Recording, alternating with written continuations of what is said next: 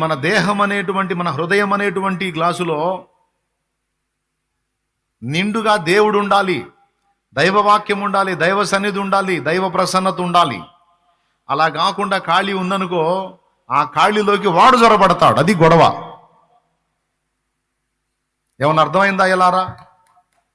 ఎంతమందికి అర్థమైందో? అంటే ఉండాల్సిన స్థానంలో ఉండాల్సినవి ఉండకపోతే ఉండకూడనే వచ్చి ఉంటాయి అక్కడ. ఇక్కడ జాగ్రత్త చేసుకోవాల్సింది మనమే. కయ్యూనుకు చెప్తాడు, ఎందుకురా ముఖం నేలకేసావు, సిగ్గేసిందా బిడ్డ, తలదించుకున్నావు? నీవు సత్క్రియ చేసిన ఎడల నీ తలనెత్తుకొనవా? సత్క్రియ చేయని ఎడల వాకిట పాపం పొంచి ఉండును. నువ్వు చేయాల్సిన సమయంలో చేయాల్సిన పనులు చేయకపోతే చెయ్యకూడనివి చేసి ఉంటావు. ఎంతమంది ఆలోచిస్తారో ఆలోచించండి. కొన్నిసార్లు దేవుడు కొన్ని పనులు చేయమని నిన్ను ప్రేరేపించాడు. అక్కడ నుంచి వెళ్ళు, అర్జెంటుగా వెళ్ళు, ఈ పని చేయి, ఆ పని చేయి నిన్ను ప్రోత్సహించాడు. కానీ నువ్వు వెళ్ళలా, అక్కడే ఉన్నావు. ఆ రోజు అక్కడ నువ్వు తేడా పడ్డావా లేదా? శోధించబడ్డావా లేదా? ఆ అనుభవాలు నాకు ఎదురైనాయి అన్నోళ్ళు చేతులు ఎత్తండి. దేవుడు వెళ్ళమన్న స్థలమునకు వెళ్ళమన్నప్పుడు ఇక్కడ నుంచి కదిలి అవతలికి వెళ్ళి ఆ వ్యక్తితో మాట్లాడొద్దు, ఇలా చేయొద్దు, అలా చేయొద్దని దేవుడు చెబితే నేను వినకుండా నిర్లక్ష్యం చేసినందుకు, అక్కడే ఉన్నందుకు నేను శోధించబడ్డానన్నోళ్ళు చేతులు ఎత్తండి. అది ఎంతమంది చేతులు ఎత్తారో చూడండి.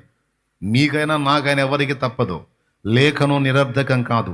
సత్క్రియ చేయని ఎడల వాకిట పాపం పొంచి ఉండునో, దానికి నీ మీద వాంచగలుగుతుంది. నువ్వు దాన్ని ఏలతావు, అంటే దాన్ని కలుసుకుంటావు. అందుకే దురాలోచనలు వచ్చినప్పుడు అక్కడ నుంచి లేచి అవతలికి వెళ్ళిపోవాలండి. ఆ ప్లేస్లో ఉండకూడదు. ఎక్కడ కూర్చుంటే సాతాను నీలో నెగిటివ్ వేవ్స్ని పంపిస్తున్నాడో గుర్తుపట్టి ధన్మని అక్కడ నుంచి లేచి పక్కకి వెళ్ళిపోయి ముందు ఆ మూడులోంచి బయటికి వెళ్ళిపోవాలి. దాని పేరే ఏం చెప్పాడు? పారిపో అన్నాడు. యవనేచ్ఛలని విడిచి పారిపో. ఆ టైం ఇవ్వద్దు, ఆ ఛాన్స్ ఇవ్వద్దు, ఆ గ్యాప్ ఇవ్వద్దు. గ్యాప్ ఇచ్చి అక్కడ కూర్చొని వసంతాలు ఆడితే నీ ముఖం పగిలిద్దిరా నాయన, జాగ్రత్త అని చెప్తుంది లేఖనం. చాలా మంది అట్లా వయ్యారాలు పోయే ముఖం పగలు కొట్టుకొని బుక్ అయి ఇప్పుడు లబ కొట్టుకుంటున్నారు. ఎంతమందికి అర్థమవుతుందో ఏమో మరి నేను చెప్పింది. అర్థమైన వాళ్ళు చేతులు ఎత్తి, రెండు చేతులు ఎత్తి స్తోత్రాలు చెప్పండి. ఇది అర్థమైనట్టుంది. ముందు చెప్పింది అర్థమైందా? చేయరాని పనులు చేసి గాయపరచినాను నిన్ను. ఏమో ఎందుకు చేశామ్మా చేయరాని పనులు? తెగబాడుతున్నావు. ఎందుకు చేసావు? చేయాల్సిన పనులు దేవుడు చెప్పినవి చేయలా, అందుకని చేయరాని పనులు చేయాల్సి వచ్చిన కర్మ పట్టింది. మీరు చెప్పండి, ఇప్పుడు నేను చెప్పింది. దేవుడు చెప్పిన పనులు చేయమన్న పనులు చేయనందుకు చెయ్యకూడని పనులు చేసే కర్మ పట్టింది.